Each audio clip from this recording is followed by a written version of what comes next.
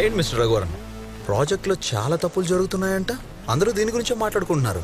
అర్హత లేని వాడికి అర్హతని మించిన పని అప్పగిస్తే ఇలాంటి తప్పులే జరుగుతాయి.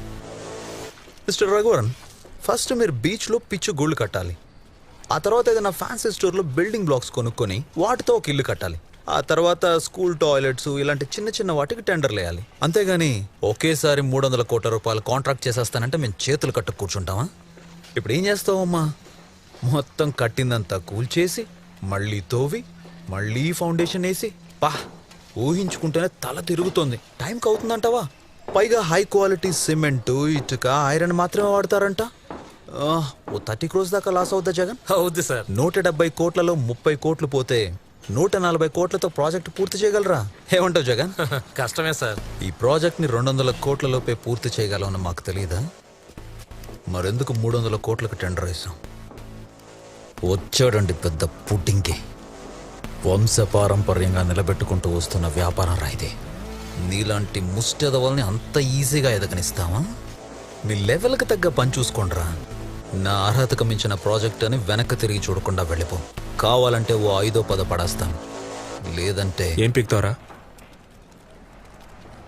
ఎరా ఎర్రి పప్ప, ఎటువంటి కష్టం పడకుండా అసలు ఏ క్వాలిఫికేషన్ లేకపోయినా మీ నాన్న ఉన్నోడనే ఒకే ఒక కారణంతో చెమట కూడా పట్టకుండా స్ట్రైట్గా ఎండీ చైర్లో కూర్చున్న నీకేంత పొగరుంటే అమ్మ నాన్న తిప్పలపడి స్కూల్ ఫీజు కడితే ఎల్కేజీ నుంచి 10th క్లాస్ వరకు కష్టపడి చదివి పాస్ అయ్యి ఇంటర్లో ఈజీగా ఉన్న గ్రూప్లన్నీ వదిలేసి ఎంపీసీ చదివితేనే ఇంజనీర్ అవ్వగలమని చెప్తే కష్టమైన అదే గ్రూప్ సెలెక్ట్ చేసుకుని ఫిజిక్స్కి ఒక ట్యూషన్, కెమిస్ట్రీకి ఒక ట్యూషన్, మ్యాథ్స్కి ఒక ట్యూషన్ అని రోడ్లు పట్టుకు తిరిగి ఆ ఫీజు కట్టాలి ఈ ఫీజు కట్టాలని అమ్మా నాన్నల్ని హింస పెట్టి బోర్డ్ ఎగ్జామ్లో పాస్ అవడానికి ఫ్లాస్క్లో టీ పెట్టుకుని రాత్రంతా చదివి అలారం పెట్టుకుని పొద్దున్నే లేచి మళ్ళీ చదివి తీరా పాస్ అయ్యాక ఎంసెట్లో ర్యాంక్ రాకపోతే లాంగ్ టర్మ్ కోచింగ్ తీసుకుని అప్పటికీ సరైన ర్యాంక్ రాక అమ్మ నగలు తాకట్టు పెట్టి మేనేజ్మెంట్ కోటాలో సీట్ సంపాదించి తెలుగు మీడియం నుంచి వచ్చిన నాకు ఇంగ్లీష్ అర్థం కాక ఫస్ట్ ఇయర్ నుంచి 4th ఇయర్ దాకా ఉన్న అరియర్స్ అన్ని 4th ఇయర్ లో ఒకేసారి క్లియర్ చేసి ఈ సొసైటీలోకి వస్తే ఈ జనమంతా నన్ను ఉద్యోగులేని ఎదవా అని నీచంగా మాట్లాడుతున్న లెక్క చేయక ఉద్యోగం కోసం ఆ ఆఫీసు ఈ ఆఫీస్ అని పిచ్చ కుక్కల 4 ఏళ్లుగా తిరుగుతున్న నన్ను ఎందుకు పనికిరావు తిండి దండగా అని మా నాన్న తిడుతుంటే ఒక్కో మెతుకు గొంతులో దిగక ముళ్ళులా గుచ్చుకుంటుంటే మింకలేక కక్కలేక చస్తూ బతుకుతున్న నాకు ఎవరో ఓ మహానుభావుడు మంచి మనసుతో అవకాశం ఇస్తే దాన్ని కూడా లాగేసుకోవాలని చూస్తున్న నీలాంటి బేవర్స్ గాన్ని ఎదిరించి ఈ రోజు నీ ముందు నుంచి మాట్లాడుతున్న ఉద్యోగులేని గ్రాడ్యుయేట్ ని నాకెంత పొగరుండాలరా?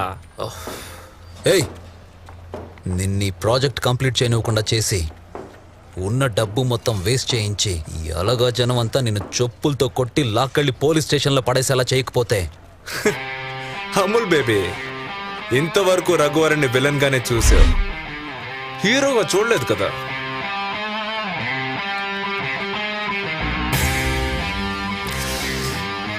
ఇక్కడ నుంచి చూపిస్తా.